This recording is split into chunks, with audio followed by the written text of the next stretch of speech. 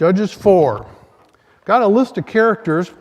Probably know there's about 6 people in here names are going to show up pretty regular. We got Deborah and Barak. They are the good guys. We got Jabin, king of Hazor, and Sisera. Those are the bad guys. And we got 2. We've got a man named Heber and his wife. What is his wife's name? I got Heber of Jabin. Jabin is his wife. And she's got a big stake in this today. So anyways, and we don't know if they're good guys, bad guys, double agents, where they're at in the story. You guys get to figure that out on your own. Everybody reads the Bible with their own interpretation. A character has a different face. Your face that you read a person may look different than this person. Same way with their behavior, their tone of voice. When we read out of the Bible, we don't get a tone of voice unless I give it one or you give it one. So that can be a problem. This text messaging generation that we've got nowadays, you ever had somebody send you a text message, you didn't know if they were mad or hateful, or if it was just a nice, or they were busy? You don't know what they're doing. So kind of a little bit of that is in reading the Bible. You could put some inflection in it and make a happy story out of it, or it could be a sad story. So you guys know the settings of this. I do like the last part of chapter 3, Shamgar. He killing people with an axe goad. I understand that's about an 8-foot stick with a point on it. Now, he's a butt kicker, isn't he? But you only know that they didn't do all of that stuff with a stick.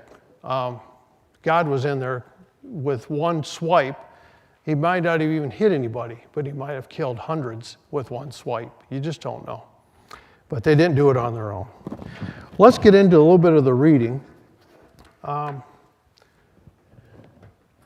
a couple of verses in here and we'll go back and forth on it. If you guys want to have a comment, you're more than welcome to raise your hand or just shout it out. It don't bother me none. Then the sons of Israel again did evil in the sight of the Lord after Ehud had died. Now this is the beginning of almost every chapter in this book, is the children of Israel did evil in the sight of the Lord. And the Lord sold them into the hand of Jabin, king of Canaan, and he resigned in Hazor. And the commander of his army was Sisera, and they lived in Habeth Hagoin. In Joshua 11, Joshua conquered these people. It says in Joshua 11 that the king of Hazor was utterly destroyed and no one was left breathing.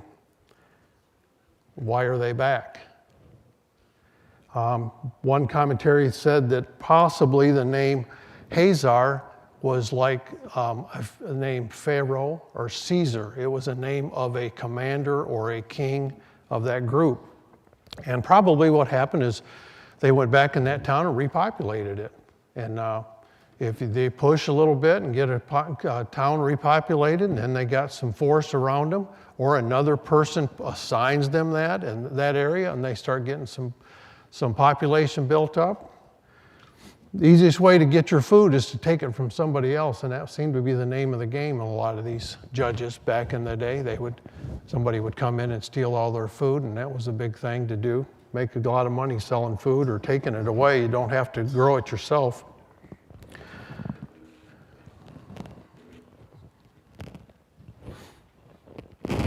Let's keep going here.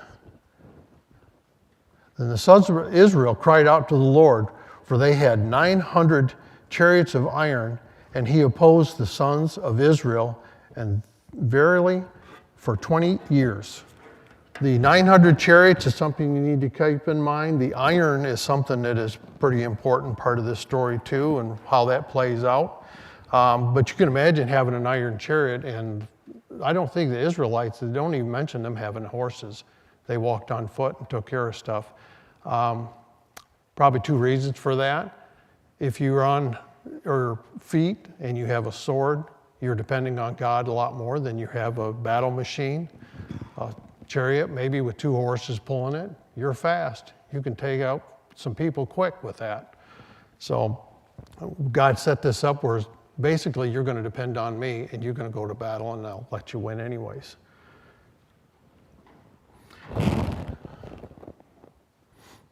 Now, Deborah was a prophetess and the wife of Lapidoth, and judging in Israel at the time.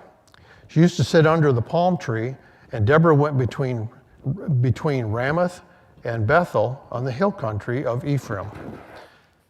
And the sons of Israel came to her to be judged. The judge that she is, as far as we know, a judge can be many things, and I don't think they held necessarily a court, but she was a prophetess. So a prophetess would tell you what God said. Back then, they may not have had the written word available for them. And they had a lot of rules on property, law, marriage, divorce, anything like that. They would probably go to her for any kind of advice that she could give, because she was an oracle or she told what God had said. I don't think she necessarily was a prophet as far as knew the future. She does predict some of the future of what will happen, but that's not really a prophetess' job as much as just telling you what God has said. She brings you God's message. Now she sent and summoned for Barak, the son of Abinoam, the Kiddush, from Kadesh and Natal, and said to him, "Behold, the Lord God Israel has commanded you, go and march on Mount Tabor, and take with you 10,000 men, and the sons of Naphtali, and the sons of Zebulun." She had some power to be able to assign somebody to go out and to go to battle. So also that would make her somewhat of a commander-in-chief or a warrior. She was able to command Barak to take 10,000 men and to go head out and defeat somebody. A lot of these other tribes and other places, they were known for being vicious. I remember mind draws a blank. Jonah went. The Ninevites were terrible, terrible people. They knew how to torture people and knew how to kill people. And he was scared to death to go there. And maybe this could have been part of the issue with Barak here, because Barak is going to have a little bit of some issue.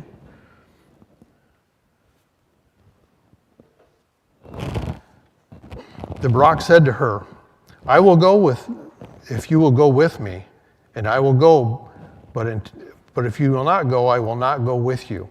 Now, does that sound like he's being a coward? One person mentioned that maybe they didn't have a lot of strong men at this time that was willing to step up and take charge. Or it could be the opposite of that, because you don't know the tone of voice that he said this in. It could be very well that he trusts her 100% to know exactly that she's speaking God's word, and he wants God's word with him right away if there's a change in plans or if there's something else going on. She decides to go with him. She said, this is verse 9, she says, "I will surely go with you. Nevertheless, the honor will not be yours on your journey, and you are about to take.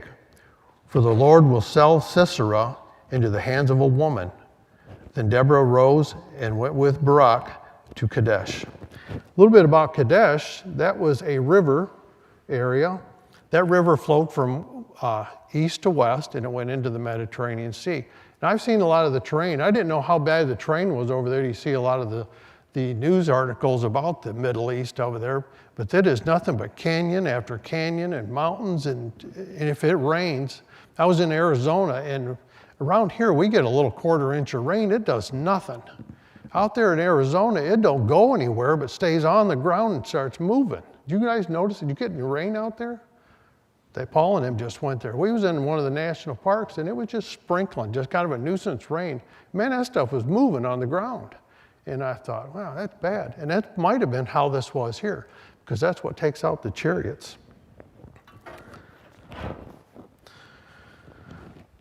Back into it, well, verse 10. Barak called Zebulun and Naphtali together to Kadesh, and the 10,000 men went up with him. Deborah also went with him.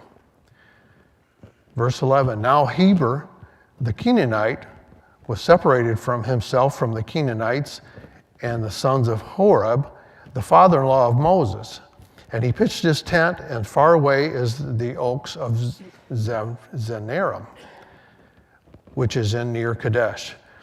This is a new character that was brought in, and they mentioned the son-in-law of Moses.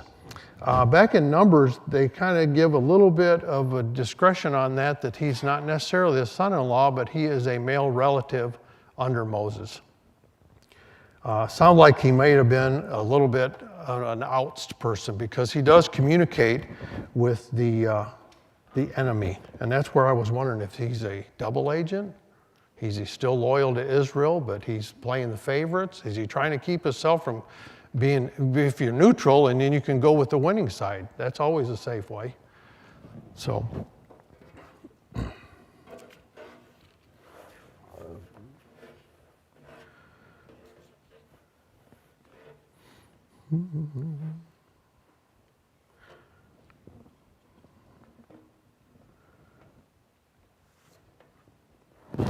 All right, we'll keep reading.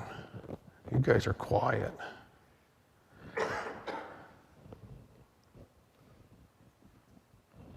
Verse 12. Then they told Sisera that Barak, the son of Abinon, had gone up to Mount Tabor. Verse 12 says, then they. I don't know who they is. Is it they, all the people that went with him to pitch his tent? Was it him and his wife? Somebody got up, so there was more than one, and they were telling the information of how the troops were moving, the Israelite troops were moving, and where they were going to be going, and they were setting themselves up. Part of you thinks, well, God was going to deliver them in this area. Maybe they needed to be told that's where they needed to head. So they was doing their job as God would use them, like a pawn.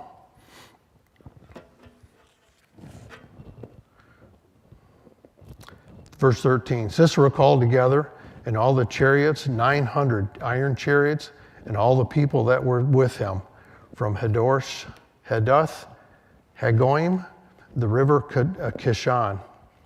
And 14, Deborah said to Barak, arise, for this is the day that the Lord has given Sisera into your hands. Behold, the Lord has gone out before you. So Barak went down to the Mount Tabor with the 10,000 men that followed him. It says the Lord has gone out before you. Do you think the Lord has already taken care of a lot of the troops? He's already punished them. He's already set it up for them to be utterly defeated. Chapter 5 talks about one of the reasons they defeated them, and it was something to do with rain. They had a storm come in, and can you imagine 900 iron chariots sinking in a riverbed? What do you do then? You can't move. You get up and run. Now the chariots are useless. Now it's more of an even playing field for these guys to defeat them. God had his hand in it. Any way you look at it, I don't know that the army, there was necessarily an army gathered together unless they were just a bunch of farmers gathered together. Because if you had another king over top of you, oppressing you, you didn't have an army. They took their weapons away or defeated you. You're not going to have an army to stand up against them in the future. So at this time, they probably may have showed up with just pickaxes. Hard to say. Said they were put to the sword. I'm sure they had some sort of winnowing devices. They may have kept all of their swords, but they went and defeated them. The Lord routed Sisera and all of his chariots and all of his armies to the edge of the sword before Barak. And Sisera alighted from the chariot and fled away. So they all were pursued and they were all killed. They just kept chasing him and defeated. Did you guys watch Braveheart? Or is it Braveheart? Yeah, Braveheart. I watched that the other day. That is a sword battle and arrows. That's the way these guys fought. And I'm telling you what, that is a bloody mess. The battlefields afterward is bodies laying on top of bodies with parts missing. You'd have to be pretty brave to say, I'm going to take off after these people, knowing that could happen to you. You didn't come back with all your limbs. You might have had one leg gone. two guys carrying you back. That's the end of you.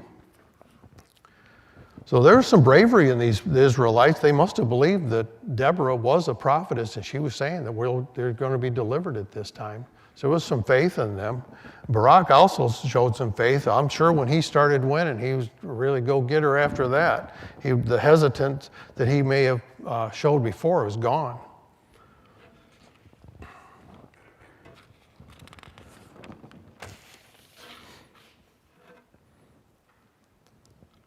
Deborah was there, and I'm sure that she was giving any kind of direction. I don't think she was down in the battle. I'm sure she was staying up on the mountain and watching it. But seeing all of that coming about was great for her to see. Now Sisera fled away and on foot to the tent of Jael, the wife of Heber, the Canaanite. And there was peace between Jabin and the king of Hazor in the house of Heber, the Canaanite. So there was some alliance there, and I don't know if they did some trading or how there was, but there was enough of a trust that they knew that he could run there, and he would probably be safe to a degree. The winning army is not going to allow him to be in there and hide. If she hid him and the opposing army come in and seen him hiding in there, she might be put to death also. It could be one of the reasons why she does what she does. Jael went out to meet Sisera and said to him, "Turn aside, my master, turn aside, turn to me. Do not be afraid." And he turned aside to her and to her tent, and she covered him with a rug. If you get into chapter 5, there's a song that Deborah wrote, and it talks about this. There's some different descriptions on covering him with the rug that's kind of interesting. He's given kind of a tapestry complexion to his skin, so to speak, is what they're saying. She covered him with a rug. They describe in there that he had fell against her somehow, and then she committed her deed. He came in there, was thirsty. She gave him some milk. And I was thinking about giving him some milk, and I thought it's probably some sort of rich buttermilk, put you right to sleep. Verse 19, he said to her, "Please give me a little water to drink, for I am thirsty." So he opened a bottle of milk and gave it to him to drink, and then she covered him. Verse 20, she said to her, "Stand at the door and the tent, and if anyone shall come and inquire to you, say to them, 'Is anyone here?' And then you shall say to them, 'No.'" So she wants something to drink, and he's going to give her some tasty milk. But Jael, Heber's wife, took a tent peg and seized a hammer and put it in her hand, and he went secretly into him and drove the peg into his temple. And he went through the temple to the ground, for he was sound asleep and exhausted, so he died. How many whacks did she give him? More than one, wasn't it? I know some guys that can't get a nail in with 2 hits. I know guys that lose their hammer. It's funny that she grabbed that hammer and put that through him. One of the descriptions they talk about in chapter 5 is that none of it contradicts each other. So I say, well, if that story is true and this story is true, maybe they're together, they worked. Sounds like that she covered him with a rug, went in and gave him some milk to drink, and he was sitting up drinking that milk or whatever it was and fell asleep. And within that, he fell against her. He was that sound asleep, probably exhausted. And when he fell and hit the ground, that's when she grabbed that peg and a hammer and drove that right through his head. Decisive, wasn't it? It doesn't say that she killed him, but you pretty much can guess that. So he died. Verse 21, so he died. Verse 22, and behold, Barak pursued Sisera. Jael came out to meet him and said to him, "Come in, I will show you the man who you are seeking." And she entered, and with her, and behold, Sisera was lying dead with a tent peg in his temple. I like that. two women in this story took charge a little bit. Now the jail, I don't know why she did that. They were supposed to have some sort of a kinship or friendship with the king and with Sisera. They knew Sisera. He knew enough to go to that tent. Did God use them? How does that all play out? It's some interesting questions on there. But I know if the king of Israel or the leader there of Israel came in and he's seen a live prisoner or a live captive in there, she was hiding somebody, that whole household would have been taken out because of harboring a fugitive. That could have been the motivation, and it's hard to say. It doesn't tell why she did that. He may have made some dirty comments to her. He may have made some advances to her of some sort. It's hard to say. Verse 23. So God subdued on that day Jabin, the king of Canaan, and before the sons of Israel. The hand of the sons of Israel pressed heavier and heavier upon Jabin, the king of Canaan, until they had all been defeated and destroyed in Jabin of the king of Canaan. So they're all gone. Sounds like the second time they were defeated. We all know why they were having trouble with all these people. They didn't do what God said in the first place and go in and clean them all out. I don't know if even here, I remember when Saul, he was not supposed to take anything that he got. He wasn't supposed to take any cattle, any bounty, or any booty from their battles. And they don't talk about that in here. And they do come back, and I'm sure they plundered them people as best they could. That's the way they made money back in the day. There's some morals of the story. A few things that I picked out of this.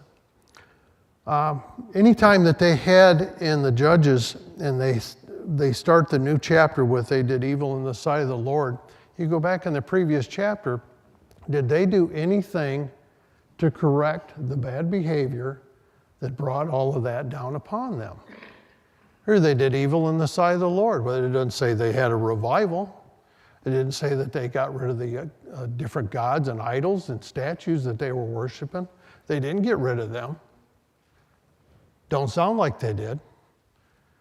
That if you don't get rid of that, it's still there. Is that stuff that we have? They were living under some beneficial years after this. There was no oppression to them anymore. They obviously knew that God had delivered them. Did they take it on themselves to clean up and straighten up and behave well?